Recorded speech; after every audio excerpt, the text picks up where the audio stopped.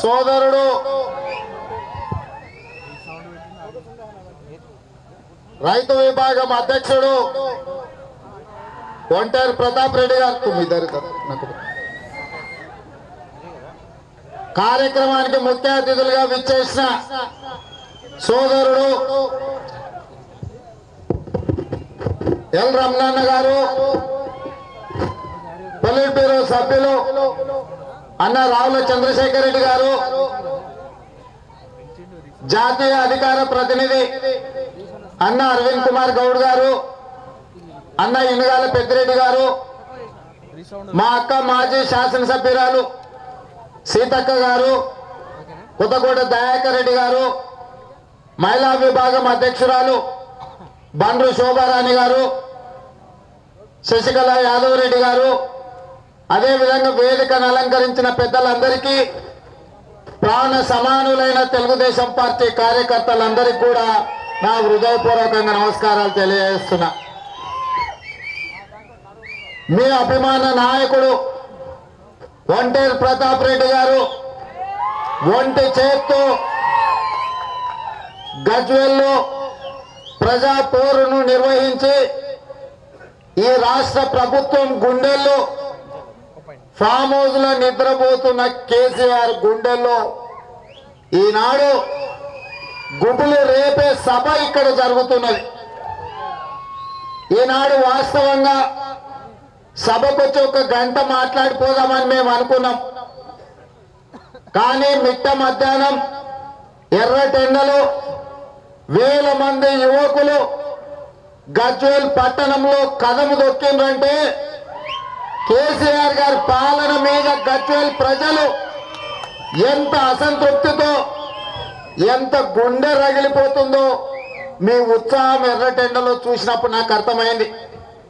ఇవాళ ముఖ్యమంత్రి గారు అంటున్నారు, కలెక్టర్లను అడిగిందంట, ఎందుక ప్రజలు నన్ను తిట్టుకుంటున్నారు, అన్ని చేసిన కదా ఇంకెందుకు తిట్టుకుంటున్నారో ఒకసారి కనుక్కొని చూడండి అని ఇవాళ పత్రికలలో తాటికాయంత అక్షరాలలో రాసేరు. అయ్యా ముఖ్యమంత్రి గారు, కలెక్టర్లు మీకేం చెప్తారు కానీ ఈ పక్కనే ఏదో ఎర్రవల్లిలు ఉన్నావు కదా, మారేషం వేసుకొని గొంగడి కప్పుకొని వచ్చి ఈ సభలో కూర్చో, నీ జాతకం ఏందో, నీ బతికేందో, పేద ప్రజలు నిన్నేమనుకుంటుండ్రో గజ్వేల్ సభలో మారేషం వేసుకొని వస్తే నీకు అర్థమవుతుంది. ఎందుకంటే 14 సంవత్సరాల తెలంగాణ ఉద్యమంలో, అదేవిధంగా రాష్ట్రం వచ్చినాక 107 నియోజకవర్గాలలో భారీ బహిరంగ సభలు పెట్టి తెలంగాణ రైతులకు, తెలంగాణ విద్యార్థులకు, తెలంగాణ నిరుద్యోగులకు, తెలంగాణ బలహీన వర్గాలకు, తెలంగాణ దళిత వర్గాలకు, తెలంగాణ గిరిజన వర్గాలకు, తెలంగాణ మైనార్టీ సోదరులకు, అందరికంటే ముఖ్యంగా తెలంగాణ ఆడబిడ్డలకు నువ్వు చెప్పిన మాటలేంది, ఇవాళ నువ్వు గద్దెనెక్కినాక చేస్తున్న చేష్టలేందో ఒక్కసారి అర్థం చేసుకుంటే ఈ ప్రజలు ఎందుకు నీకు కర్రు కాల్చి వాత పెట్టాలనుకుంటుండ్రో నీకు అర్థమవుతుందని చెప్పి నేను ఈ సందర్భంగా తెలియజేస్తున్నా. సోదరులారా, 14 సంవత్సరాల తెలంగాణ ఉద్యమంలో మన నీళ్లు, నిధులు, నియామకాలు ఆంధ్ర వాళ్ళు కొల్లగొట్టిండ్రు. ఆంధ్ర వాళ్ళని ఎల్లగొడితే లక్షల ఉద్యోగాలు వస్తాయి, ఇంటికో బిడ్డకు ఉద్యోగం ఇస్తా అని చెప్పాడు. కాలు అడ్డం పెడితే కాలువలు వారుతాయి, నేను వస్తే కాలు అడ్డం పెట్టి మీ పొలాలలో నీళ్లు వారిస్తా అని చెప్పాడు. అదే విధంగా నిధులు ఆంధ్రకు తరలించకపోతుండ్రు. మనం ఉంటే, మన తెలంగాణ బిడ్డ ముఖ్యమంత్రి ఉంటే మన నిధులు మన దగ్గరనే ఖర్చు పెట్టుకుంటే మన తెలంగాణను బంగారు తెలంగాణ చేసుకోవచ్చు అని మీరు చెప్పారు. మరి ఇవాళకి మీరు 5 సంవత్సరాల కోసం ఎన్నికైనరు, 5 బడ్జెట్లు ప్రవేశపెట్టాల్సిన మీరు 3 బడ్జెట్లు ప్రవేశపెట్టిండ్రు. ఈ 3 బడ్జెట్లలో 3,50,000 కోట్ల రూపాయలు మీరు ఖర్చు పెట్టిండ్రు. ఇంకొక 1,50,000 కోట్ల రూపాయలు ఇతరుల దగ్గరికి వెళ్ళి అప్పులు తెచ్చి ఖర్చు పెట్టిండ్రు. ఇవాళ ఈ 3 ఏళ్లలో మీరు 5 లక్షల కోట్ల రూపాయలు దాదాపుగా ఖర్చు పెట్టిండ్రు కదా, ఈ 5 లక్షల కోట్ల రూపాయలు ఎక్కడికి పోయినాయని చెప్పి నేను రాష్ట్ర ముఖ్యమంత్రి గారిని అడుగుతున్నా. ఇవాళ ఏ గ్రామంలో మీరు అంతకుముందు ఇచ్చిన ప్రభుత్వాలు ఇచ్చిన ఇల్లు అవి డబ్బా ఇల్లు అన్నావు. ఆ డబ్బా ఇల్లు వద్దు, మీకు డబుల్ బెడ్రూమ్లు ఇల్లు ఇస్తా అని చెప్పినావు. దళితులకు భూములు ఇస్తా అని చెప్పినావు. గిరిజనులకు రిజర్వేషన్లు ఇస్తా అని చెప్పినావు. మైనార్టీలకు రిజర్వేషన్లు ఇస్తా అని చెప్పినావు. నేను అడుగుతున్నా ఇవాళ ముఖ్యమంత్రి గారిని, మిమ్మల్ని రాష్ట్రానికి ముఖ్యమంత్రిగా ఎన్నుకున్నారు తప్ప ఎర్రవల్లికి మిమ్మల్ని సర్పంచ్గా ఎన్నుకోలేదు తెలంగాణ బిడ్డలు. ఇవాళ డబుల్ బెడ్రూమ్ ఇల్లు ఒక ఎర్రవల్లి గ్రామానికే ఇచ్చినావు తప్ప నీ సొంత పుట్టి పెరిగి నువ్వు ఏ ఊర్లో ఏం తప్పుడు పనులు చేసినా నిన్ను గుండెల్లో పెట్టుకొని చూసిన చింతమడక కూడా ఒక్క ఇల్లు ఇవ్వలేదంటే నువ్వు ఎంత దుర్మార్గుడో, నీ పరిపాలనలో ఏమి జరుగుతుందో ఒక్కసారి ఆలోచన చేయాల్సిన అవసరం ఉన్నది. అదేవిధంగా ఇవాళ ఈ రాష్ట్ర ప్రభుత్వం ప్రధానంగా బడుగు బలైన దళిత గిరిజన మైనార్టీ వర్గాల విద్యార్థులకు ఫీజు రియంబర్స్మెంట్ ఇవ్వాల్సిన అవసరం ఉంటే ఇవాళ పేద బిడ్డలకు ఫీజు రియంబర్స్మెంట్ ఇవ్వకపోవడం వల్ల 4,500 కోట్ల రూపాయలు రాష్ట్ర ప్రభుత్వం బకాయి పడ్డది. ఇవాళ పేదోడు బిడ్డ కార్పొరేట్ విద్యా కళాశాలలో చదువుకుంటే ఫీజులు చెల్లించలేదని ఉన్నోని పక్కన కూర్చున్న పేదోడి బిడ్డను పిలిచి నిలబెట్టి నువ్వు ఫీజు ఎప్పుడు కడతావు బిడ్డ అని ఆ పంతులు అడుగుతుంటే పేదోడి బిడ్డ గుండె ఎంత తరిగిపోతుందో, ఎంత బాధపడుతుందో ఒక్కసారి నువ్వు ఆలోచన చేసినవా? ఇవాళ చదువుకున్న పేదల పిల్లలు చదువులు పూర్తయితే అక్కడో ఇక్కడో కష్టపడి పోటీ పరీక్షలు రాసి ఉద్యోగం వస్తే అక్కడ కళాశాలకు పోతే సర్టిఫికెట్లు ఇస్తలేరు. నువ్వు ఫీజులు చెల్లిస్తే తప్ప నీ సర్టిఫికెట్లు నీకు ఇవ్వమంటున్నారు. ఇవాళ 4,500 కోట్ల రూపాయలు ఫీజులు నువ్వు చెల్లించకపోవడం వల్ల ఇవాళ పేదల పిల్లల సర్టిఫికెట్లు కళాశాలలో మూలుగుతున్నాయి. పేదోడి బిడ్డ ఇవాళ కళాశాలలలో అవమానం పొందుతుంది. నువ్వు మాత్రం 3,50,000 కోట్ల రూపాయల బడ్జెట్ లో నీ బిడ్డ బతుకమ్మ ఆడుకోవడానికి మాత్రం కోట్ల రూపాయలు కేటాయిస్తున్నావు. అంటే నీ బిడ్డ బతుకమ్మ ఆడుకోవడానికి పట్టు చీరలు కట్టుకోవడానికి కోట్ల రూపాయలు బతుకమ్మ కేటాయిస్తున్నావు. కానీ పేదోడి బిడ్డ బడికి పోతే బడికి చెల్లించాల్సిన రుసుము చెల్లించకపోవడం వల్ల ఇవాళ పేదోళ్ళ బిడ్డల అవమానానికి గురైతే ఆ అవమానాన్ని తట్టుకోలేక పేదోళ్ళు ఈ రోజు ఆత్మహత్యలు చేసుకునే పరిస్థితి రాష్ట్రంలో ఉన్నదా లేదా ఒక్కసారి ఆలోచన చేయండి. అదే విధంగా ఇవాళ నిన్న మొన్న ఆయన ఆలుగడ్డలను మాట మాట్లాడిండు, రాత్రికి ఉద్యోగాలు వస్తాయని. అదే విధంగా తలమాసిన తుమ్మలు కూడా అదే మాట మాట్లాడిన, రాత్రి ఉద్యోగాలు ఏడికెళ్ళి వస్తాయని. మరి ఉద్యమం సందర్భంలో మీరు చెప్పిండ్రు కదా, తెలంగాణ బిడ్డల ఉద్యోగాలు లక్షల కొద్ది ఆంధ్రాలు కొల్లగొట్టిండ్రు, వాళ్ళు వెళ్ళిపోతే మన పిల్లలకు ఉద్యోగాలు వస్తాయని మీరు చెప్పిండ్రు కదా. మరి తెలంగాణ వచ్చి 3 ఏళ్ళైనా పేదోళ్ళ బిడ్డలకు ఎందుకు ఉద్యోగాలు రాలేదని నేను అడుగుతున్నా. ఇవాళ శాసనసభలో కల్వకుంట్ల చంద్రశేఖరరావు గారు చెప్పిండ్రు 1,07,000 ఖాళీలు ఉన్నాయి, ఇంకో 20,000 ఉద్యోగాలు రాబోతున్నాయి. ఈ 3 సంవత్సరాలలో 30,000 మంది ప్రభుత్వ ఉద్యోగులు రిటైర్ అయిపోయినారు.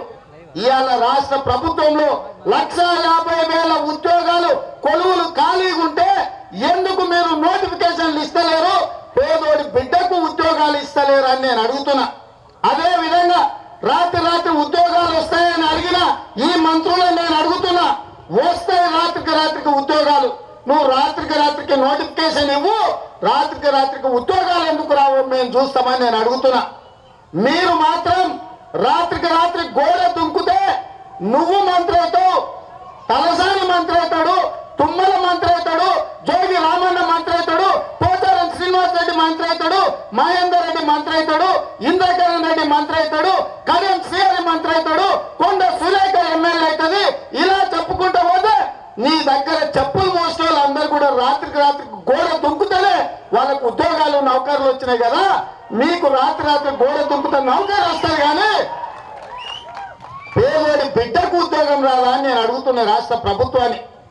ఎందుకోసం నిన్న రాష్ట్ర ముఖ్యమంత్రిని చేసింది పార్టీ ఫిరాయింపుల ద్వారా గోడలు దూకిన వాళ్ళని రాత్రి మంత్రులు చేయడానికి నిన్న రాష్ట్రానికి ముఖ్యమంత్రి చేసిందా, లేకపోతే ప్రభుత్వంలో ఉన్న ఖాళీలను పూరించి పేదోడు బిడ్డకు ఉద్యోగం చేయడానికి నేను ముఖ్యమంత్రిని చేసిందా అని నేను ఈ రాష్ట్ర ముఖ్యమంత్రిని అడుగుతున్నా.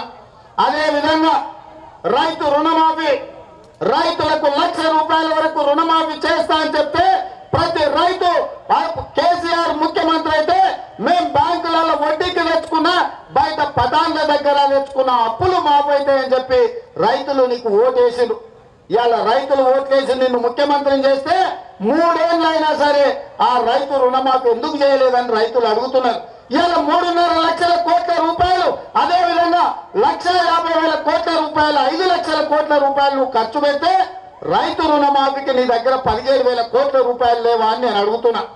ఇవాళ పార్టీ ఫిరాయింపుల కోసం ముఖ్యమంత్రి దగ్గర స్పెషల్ డెవలప్మెంట్ ఫండ్ అని చెప్పి 4,500 కోట్ల రూపాయలు నీ జేబులో పెట్టుకొని పార్టీ ఫిరాయించడానికి పంచిపెడుతున్నావు. కానీ ఆ 4,500 కోట్ల రూపాయలు ఇవాళ రైతు రుణమాఫీకి చెల్లిస్తే రైతుకు రుణ విముక్తి కలుగుతుంది కదా, నువ్వు ఎందుకు రైతులకు రుణమాఫీ చేస్తలేవు అని చెప్పి ఈ రాష్ట్ర ప్రభుత్వాన్ని అడుగుతున్నా.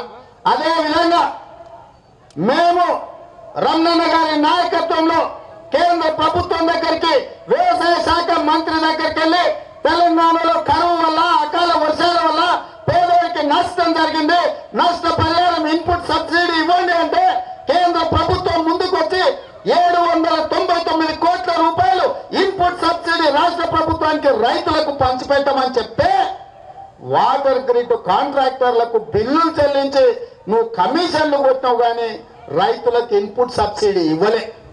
ఇంత దుర్మార్గమైన ప్రభుత్వం ఈ దేశంలో ఎక్కడైనా ఉంటుందా ఒక్కసారి ఆలోచన చేయండి.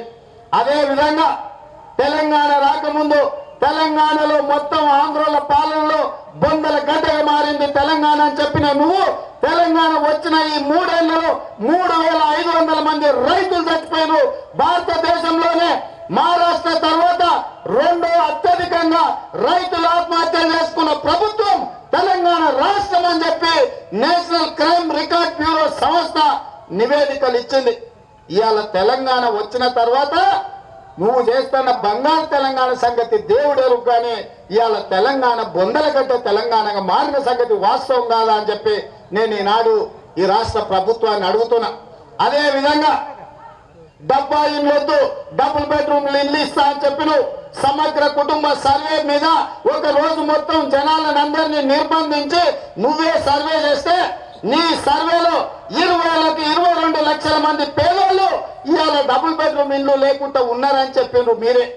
మీ లెక్క ప్రకారం 22 లక్షల మందికి ఇల్లు కట్టించాల్సిన మీరు కేంద్ర ప్రభుత్వం 80,000 డబుల్ బెడ్రూమ్ ఇల్లు ఇస్తే ఈనాటి వరకు ఆ నిధులు 1,200 కోట్ల రూపాయలు రాష్ట్ర ప్రభుత్వానికి మంజూరు చేస్తే ఆ నిధులు దారి మళ్లించి నువ్వు 10 ఎకరాల పంజగుట్ట చౌరస్తాలో 150 గదుల ఇల్లు ఒక గడిని నువ్వు నిర్మించుకున్నావు, కానీ డబుల్ బెడ్రూమ్ ఇల్లు పేదోళ్ళకు కట్టలేదు.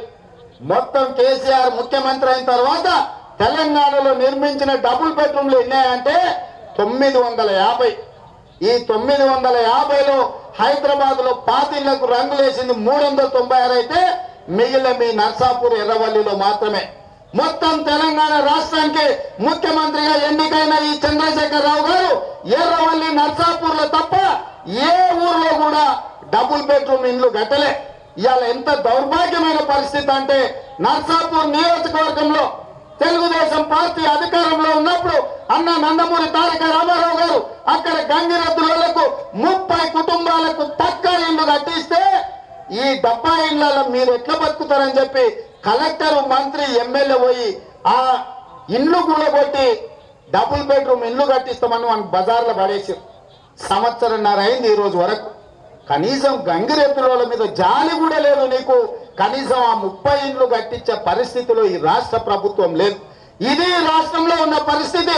ఇవాళ రియల్ ఎస్టేట్ బ్రోకర్లు 3Dలలో మొత్తం బ్రోచర్లు తయారు చేసి ఇండ్ల బొమ్మలు, లేఅవుట్ బొమ్మలు, పక్కనే ఎయిర్పోర్ట్ లో విమానం ఎగురుతున్నట్టు బ్రోచర్లు ప్రింట్ చేసి ప్రజల్ని మాయ చేసి ప్లాట్లు ఎట్లా అమ్ముకుంటారో ఇవాళ డబుల్ బెడ్రూమ్ ఇండ్లు కూడా 3Dలలో బొమ్మలు చేసి ప్రజల్ని మభ్యపెట్టి ఇవాళ ముఖ్యమంత్రి గారు ఓట్లు దండుకునే ప్రయత్నం చేస్తున్నాడు తప్ప పేదోడికి ఎవరికి కూడా డబుల్ బెడ్రూమ్ ఇండ్లు కట్టించిన పాపాన పోలే.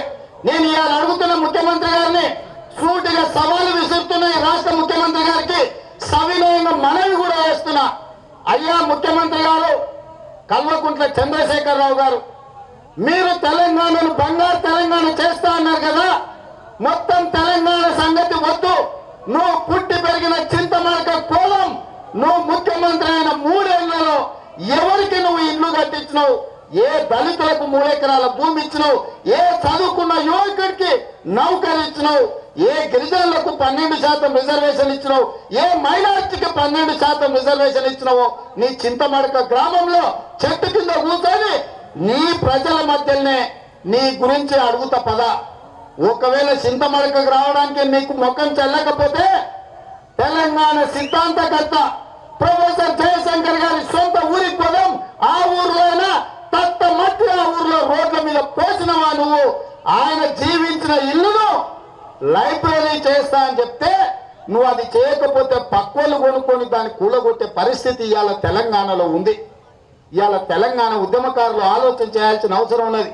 చివరికి జయశంకర్ గారు పుట్టి పెరిగిన ఇల్లు కూడా శిథిలావస్థకు వస్తే ఆ గ్రామం శిథిలమైపోతుంటే కూడా ఈనాడు పట్టించుకోలేని చంద్రశేఖరరావు గారు పంజగుట్టలో 10 ఎకరాలలో 150 గదుల ఇల్లు 1000 కోట్ల రూపాయలు పెట్టి ఆయన గడి నిర్మించుకున్నాడు తప్ప చింతమడకలో ఇల్లు కట్టలే. జయశంకర్ గారు ఊరు దిక్కు చూడలేదంటే ఇవాళ పేదలకు డబుల్ బెడ్రూమ్ ఇల్లు కలగా మిగిలిపోయింది తప్ప పేదలకు డబుల్ బెడ్రూమ్ ఇల్లు రాలే. అదే విధంగా దళితులకు గిరిజనులకు భూమి లేని పేదలకు 3 ఎకరాల భూమి ఇస్తా, ఖచ్చితంగా వాళ్ళ భక్తులు బాగు చేస్తా అని మీకు చెప్పింది కదా. ఇవాళ ఏ పేదరికే దళితుడికే గిరిజనులకు 3 ఎకరాల భూమి ఇవ్వలేదు. కానీ గజ్వేల్లో ఎర్రవల్లి పక్కన 300 ఎకరాల ఆయన ఫామ్ హౌస్ కట్టుకొని కులుకుతున్నాడు తప్ప పేదోడికి 3 ఎకరాల భూమి ఇవ్వలేదు. ఏ ఊరికైనా రా నువ్వు, నేను నిరూపిస్తా అని చెప్తున్నా. అదే విధంగా ఇవాళ నేను అడుగుతున్నా రాష్ట్ర ముఖ్యమంత్రిని, శాసనసభలో చెప్పిండు భూములు కొనడానికి నిధులు ఉన్నాయి కానీ భూమి దొరుకుతలేదని. నేను ఈ రాష్ట్ర ప్రభుత్వానికి విజ్ఞప్తి చేస్తున్న ప్రతిపక్ష నాయకుడిగా, ఇవాళ మీరు ప్రతి పేదవాడికి ఎకరాకు 5 లక్షల చొప్పున 3 ఎకరాల భూమి దళితునికి ఇస్తా అన్నావు, గిరిజనులకు ఇస్తా అన్నావు. 3 లక్షల కుటుంబాలు దళితులలో 1,00,000 కుటుంబాలు గిరిజనులలో 4 లక్షల కుటుంబాల పేరు మీద ప్రతి కుటుంబానికి 15 లక్షల చొప్పున బ్యాంకులో మీరు ఫిక్స్డ్ డిపాజిట్ చేయండి. దాని మీద వచ్చే ఆదాయంతో దళితులు గిరిజనులు ఆత్మ గౌరవంతో బతుకుతారు. ఎప్పుడైతే భూమి దొరుకుతుందో ఆ డబ్బులు తీసుకెళ్లి భూమి కొనుక్కుంటారు దళితులు గిరిజనులు.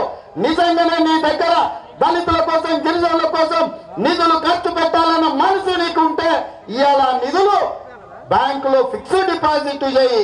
దళితుల మీద గిరిజనుల మీద భూమి వాళ్ళే ఎత్తుక్కుంటారు, భూమి వాళ్ళే కొనుక్కుంటారు. అంతే తప్ప ఇవాళ దళితులను గిరిజనులను మభ్య పెట్టడానికి నిధులు ఉన్నాయి కానీ భూమి దొరుకుతలేదని మభ్య పెడుతున్నావు. నిధులు ఉంటే బ్యాంకులు ఫిక్స్డ్ డిపాజిట్ చేయమని చెప్పి తెలుగుదేశం పార్టీ డిమాండ్ చేస్తుంది. అదే విధంగా గిరిజనుల 12% రిజర్వేషన్ నేను ఇవాళ అడుగుతున్నా, ఈ ముఖ్యమంత్రి గారిని కడుగుతున్నా. గిరిజనులకు రిజర్వేషన్లు అనేది నువ్వు నీ తండ్రో నీ తాతనో నీ ముత్తాతలో ఇచ్చిన భిక్ష కాదు, నువ్వు దయదలిస్తే వచ్చే బిచ్చం కాదు. రాజ్యాంగం డాక్టర్ బిఆర్ సాహెబ్ అంబేద్కర్ గారు వాళ్లకు రిజర్వేషన్లను ఇచ్చిండు. రాజ్యాంగంలో వాళ్ళకు అధికారం ఉంది, హక్కు ఉంది. మా లక్ష్మణ్ నాయక్ హైకోర్టు నుంచి ఆర్డర్ తీసుకొచ్చిండు, వాళ్లకు 9.38 రిజర్వేషన్లు గిరిజనులకు అమలు చేయమని చెప్పి ఆర్డర్ వచ్చి సంవత్సరన్నర అయింది. ఇవాళకి కూడా అది అమలు చేయకుండా 12% రిజర్వేషన్ ఇస్తానే ఇవాళ వాళ్ళను మభ్యపెట్టే పరిస్థితి వచ్చింది. ఇవాళ పక్క రాష్ట్రంలో కాపులు కానీ గుజరాత్ లో జాట్లు కానీ ఇంకో దగ్గర ఎవరైతే కొట్లాడుతున్నారో ఇవాళ మా గిరిజన సోదరులు తలుచుకుంటే ఎర్రవల్లి ఫామ్ హౌస్ లో నుంచి నువ్వు కాలు కూడా బయటకు పెట్టలేవు. ముఖ్యమంత్రి గారు ఏ గిరిజనులను మోసం చేసి వాళ్ళ పునాదు వాళ్ళ భుజాల మీద కాళ్ళు పెట్టి ముఖ్యమంత్రి కూర్చెక్కినవో నిన్న కుర్చీలో నుంచి తోయడానికి కూలవేయడానికి మా గిరిజన సోదరులు ఇవాళ సిద్ధమవుతున్నారు. నువ్వు గిరిజన సోదరుల రిజర్వేషన్ల గురించి తేల్చాల్సిన బాధ్యత నీ మీద ఉన్నది. అదే విధంగా మైనారిటీ సోదరులు షాద్ నగర్ లో ఒక మాట చెప్పిండు ఆయన, అగర్ अल्लाह में ने मेरे दुआ करे तो तेलंगाना सरकार आने के बाद 4 महीने में हमारे मुसलमान भाइयों को 4 महीने में 12% रिजर्वेशन करूंगा, ये मेरा वायदा है बोल के केसीआर साहब ने कहा। अभी 35 महीने हो रहा, कहां गया 12% रिजर्वेशन बोल के मैं सीएम साहब को पूछ रहा हूं। आनाडो షాద్ నగర్ లో బహిరంగ సభలో ఇదే విధంగా ఎన్నికల సందర్భంలో టిఆర్ఎస్ అధికారంలోకి వస్తే మైనారిటీ సోదరులకు 4 నెలల లోపలనే 12% రిజర్వేషన్ ఇస్తానని ఆనాడు ముఖ్యమంత్రి గారు చెప్పారు. మరి ఇవాళకి 35 నెలలు కావాల్సి వస్తుంది మైనారిటీ సోదరులకు. మరి ఇప్పటి వరకు రిజర్వేషన్లు ఇస్తలేడు. అసెంబ్లీలో పెట్టి పాస్ చేసి ఢిల్లీకి పంపుతాడంట. తమిళనాడు తరహాల వస్తే మనకు వస్తుంది, లేకపోతే వాళ్ళు దూసిపోతుంది అంటున్నాడు. నువ్వు వాళ్ళకి దేనికే తీర్మానం చేస్తున్నావా, పక్క రాష్ట్రంలో ఉన్నోంది ఊడగొట్టనికే తీర్మానం చేస్తున్నావా అని అడుగుతున్నాను నేను ముఖ్యమంత్రిని. ఇవాళ మైనారిటీ సోదరులు ఆలోచన చేసుకోవాల్సిన అవసరం ఉంది. రోజుకు 5 సార్లు నమాజ్ చేసుకునే మిమ్మల్ని మోసం చేసిండంటే ఇక ప్రపంచంలో ఎవరినైనా ఈ రాష్ట్ర ముఖ్యమంత్రి గారు మోసం చేయడానికి సిద్ధమవుతున్నాడు. కాబట్టి మీరు కూడా తగిన గుణపాఠం చెప్పాల్సిన అవసరం ఉన్నది. అదే విధంగా ఇవాళ ఈ రాష్ట్రంలో ఎక్కడైనా చూడండి, విద్యార్థులు రోడ్ల మీద ఉన్నారు, నిరుద్యోగులు రోడ్ల మీద ఉన్నారు, రైతులు పొందగడ్డలకు పోయారు, సింగరేణి గని కార్మికులు ఓపెన్ కాస్ట్ మైనింగ్లలో మునిగి తేలుతున్నారు. ఇవాళ వాళ్ళ బతుకులు చింద్రమైపోయినాయి. ఇవాళ గిరిజనులు బాధపడుతున్నారు. దళితులకు భూములు లేవు, మైనార్టీలకు రిజర్వేషన్లు లేవు. ఈ రకంగా మహిళలకు మంత్రి పదవి లేదు, మహిళలకు ఎలాంటి సౌకర్యాలు రాష్ట్ర ప్రభుత్వం ఇయ్యలే. అంటే ఈరోజు ఈ రాష్ట్రంలో బంగారు తెలంగాణ మనకెవరికి రాలే. కేసీఆర్ కుటుంబానికి మాత్రమే ఇది బంగారు తెలంగాణ అయింది. ఆయన ముఖ్యమంత్రి అయిండు, అల్లుడు మంత్రి అయిండు, కొడుకు మంత్రి అయిండు, బిడ్డ ఎంపీ అయింది. వాళ్ళ ఇంట్లో కావలసినవి అన్నీ వచ్చిండు. పేదోడి ఇంట్లోకి ఏమన్నా వచ్చిందా ఒక్కసారి ఆలోచన చేయండి. చూపించుకోవడానికి టీవీ వచ్చింది, రాసుకోవడానికి పేపర్ వచ్చింది, పడుకోవడానికి ఫామ్ హౌస్ వచ్చింది, చేసుకోవడానికి 1000 కోట్ల రూపాయల వ్యాపారాలు వచ్చినాయి, కలిసి తిరగడానికి ఆంధ్ర సినిమా యాక్టర్లు వచ్చిండ్రు. మీకు మాకేమొచ్చింది తెలంగాణ వచ్చిన తర్వాత అని చెప్పి పేదల పక్షాన ఈ రాష్ట్ర ముఖ్యమంత్రి గారిని అడుగుతున్నా. ఈ విషయమే ప్రస్తావిస్తే పెద్ద మనిషి నాకు మాట చెప్పిండు. ఈ పక్కనే నర్సాపూర్ అడవిలో ఓ పులి, ఓ గాడిద హోరాహోరిగా పొద్దు నుంచి రాత్రి వరకు అరుపులతో గోలగా గొడవ పెట్టుకుంటున్నాయి. ఏందా అంటే పులేమో ఇది బొందలగడ్డ తెలంగాణ అంటుంది, గాడిదేమో కాదు ఇది బంగారు తెలంగాణ అంటుంది. ఇక వాళ్ళిద్దరి మధ్యలో తేలక అర్ధరాత్రి అయినా అట్లే అరుపుల కేకలతో కొట్లాడుకుంటుంటే నిద్ర చెడిపోయి ఓ ఏనుగు వచ్చి అడిగింది, ఏందా మీ పంచాయతీ అని. అప్పుడు గాడిద చెప్పింది ఇది బంగారు తెలంగాణ అని. అప్పుడు పులి కోపం వచ్చింది, ఇది బంగారు తెలంగాణగా బొందలగడ్డ తెలంగాణ, రైతులు చచ్చిండ్రు, విద్యార్థులు చచ్చిండ్రు, ఎక్కడ చూసినా చావులే ఉన్నాయి, ఇది బొందలగడ్డ తెలంగాణ అని పులి అన్నది. అప్పుడు ఏమో సలహా చెప్పింది, ఇక మీరు ఇద్దరు రాత్రి మొత్తం కొట్లాడుకుంటే బాగలేదు, అక్కడ ఈ అడవికి రాజు మృగరాజు ఉన్నాడు కదా, పోయి మృగరాజును అడుగుదాం పదా, ఆయన్నే మన పంచాయతీ తెలుస్తాడని. ముగ్గురు కలిసి పోయిన మృగరాజు దగ్గరికి. పులి వాదన చెప్పింది, గాడిద వాదన చెప్పింది, ఏనుగు మాత్రం చూసుకుంటా నిలబడ్డని. మృగరాజు సైనికులను పిలిచి ఈ పులిని కొరడాతో 100 దెబ్బలు కొట్టి బోనులో బంధించమని అన్నాడు. ఏ పులికి అర్థం కాలే, మృగరాజు ఏంది నేను కరెక్ట్ మాట్లాడితే నన్ను కొట్టమంటుండు, నన్ను బోన్లో బంధించమంటుండేందని. అప్పుడు అడిగింది పులి మృగరాజును, మహారాజా నేను చెప్పిందే నిజం కదా, నన్నెందుకు కొట్టమనవని. అంటే అది గాడిద ఏమైనా మాట్లాడుతుంది, గాడిదతో నీకు వాదన ఎందుకు, నీ పని నువ్వు చేసుకోక గాడిదతో వాదిస్తావా నువ్వు, అందుకే నిన్ను కొట్టమన్నదని. ఇవాళ మేము అందరం ఇది బొందలగడ్డ తెలంగాణ అంటున్నాం, టీఆర్ఎస్ వాళ్ళు ఇది బంగారు తెలంగాణ అంటున్నారు. అది పరిస్థితి రాష్ట్రంలో ఉన్నది. కాబట్టి ఇవాళ పెద్ద మనుషులు ఎవరైనా ఉంటే ఆ టీఆర్ఎస్ వాళ్ళతో ఏం వాదిస్తారా, మన కర్మ బాగలేక 5 ఏళ్ల కోసం ఓటేసినాం, వాని కర్మ కాలి 5 ఏళ్ల తర్వాత ఓతాడు. అప్పటి వరకు పేద ప్రజల మధ్యలో ఉండి ప్రతి పేదవారికి అండగా ఉండే ఈ పసుపు పచ్చ జెండా పట్టుకొని పేదల కోసం రాష్ట్రమంతా తిరుగు, పేద ప్రజలకు అండగా ఉండు, పేద ప్రజల తరఫున పోరాటం చేయి.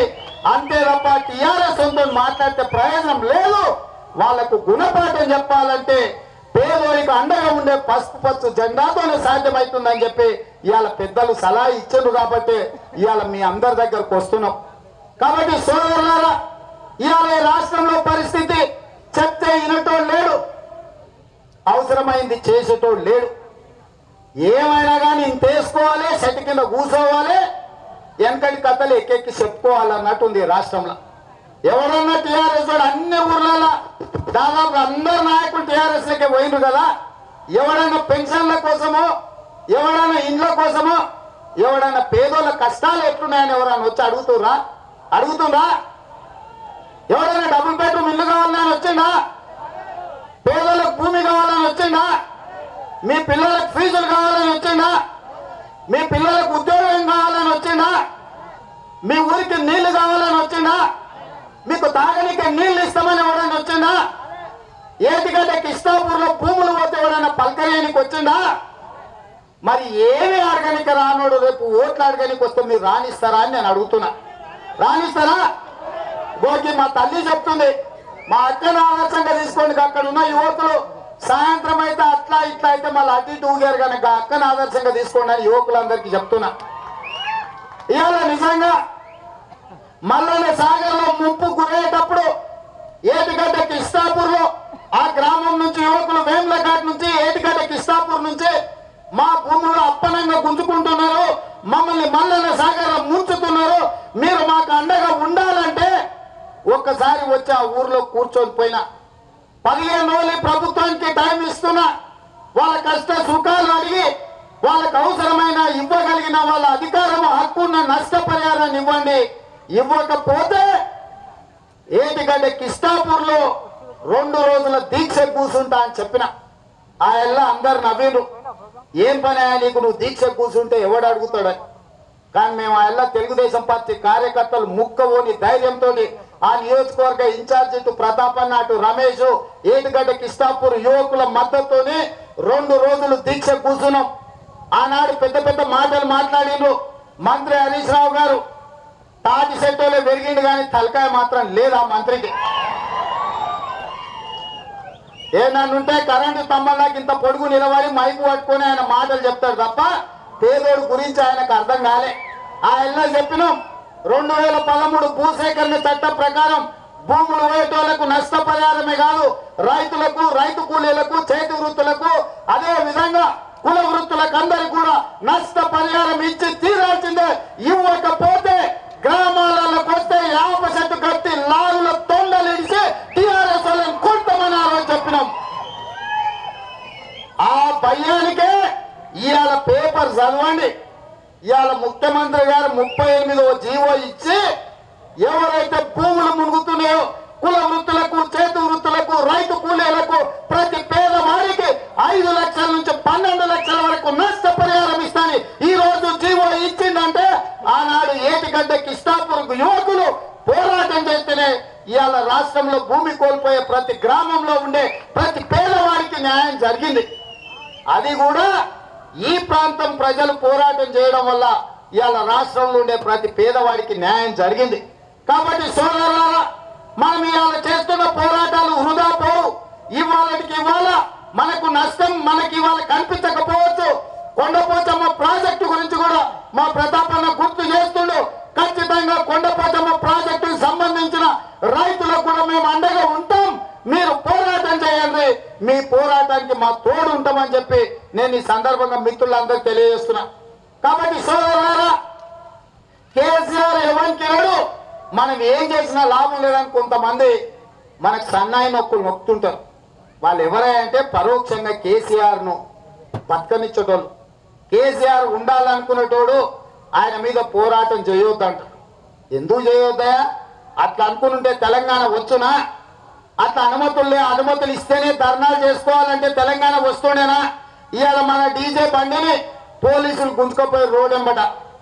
కానీ మన యువకులు 1000 మంది ఈ రోజు గజ్వేల్ పట్టణంలో కథం దొక్కితే పోలీసు వాళ్ళు అడ్డం వచ్చినా, ఒకవేళ పోలీసు వాళ్ళు కాదు టీఆర్ఎస్ వాళ్ళు అడ్డం వచ్చినా మనం కథం దొక్కితే మన కాళ్ళ కింద నలిగిపోతారు తప్ప ఇవాళ మనల్ని అడ్డుకునేవాడు గజ్వేల్ చౌరస్తానే లేడంటే మనం పోరాటాలు చేయాల్సిన అవసరం ఉన్నది. ఫలితం అనేది కొంచెం ఆలస్యంగా రావచ్చు. ఇవాళ ఏటిగడ్డ కిష్టాపూర్ యువకులను ఆదర్శంగా తీసుకొని తెలంగాణ రాష్ట్రంలో బలహీన వర్గాలకు డబుల్ బెడ్రూమ్ ఇల్లు కానీ, దళితులకు 3 ఎకరాలు కానీ, విద్యార్థులకు ఫీజు రియంబర్స్మెంట్ కానీ, నిరుద్యోగ యువకులకు ఉద్యోగాలు కానీ, మైనార్టీ రిజర్వేషన్లు కానీ, గిరిజన రిజర్వేషన్లు కానీ, రైతు రుణమాఫీ కానీ, ఈ తెలంగాణను అభివృద్ధి చేసుకోవాలంటే పోరాటాలు ఒక్కటే ఏకైక మార్గం. మనమందరం కలిసి పోరాటం చేద్దాం. తెలుగుదేశం పార్టీ అండగా ఉంటుంది. తెలుగుదేశం పార్టీ పేదల కోసం పుట్టిన పార్టీ, పేదల కోసం పెట్టిన పార్టీ, పేదవాడి ఉక్కు కండరాల నుంచి కరిగించిన చెమటలో నుంచి పుట్టిన పార్టీ తెలుగుదేశం పార్టీ. ఈ తెలుగుదేశం పార్టీ అండగా ఉంటుంది. మన అందరం కూడా కలిసికట్టుగా పోరాటం చేద్దామని తెలియజేస్తూ మీ అందరి దగ్గర సెలవు తీసుకుంటున్నా. జై హింద్, జై తెలుగుదేశం, జై జై తెలుగుదేశం. థ్యాంక్ యూ రేవంత్ అన్న. ఇప్పుడు తెలంగాణ తెలుగుదేశం పార్టీ అధ్యక్షులు గౌరవనీయులు పెద్దలు ఎల్ రమణన్న గారు మాట్లాడవలసిందిగా మరి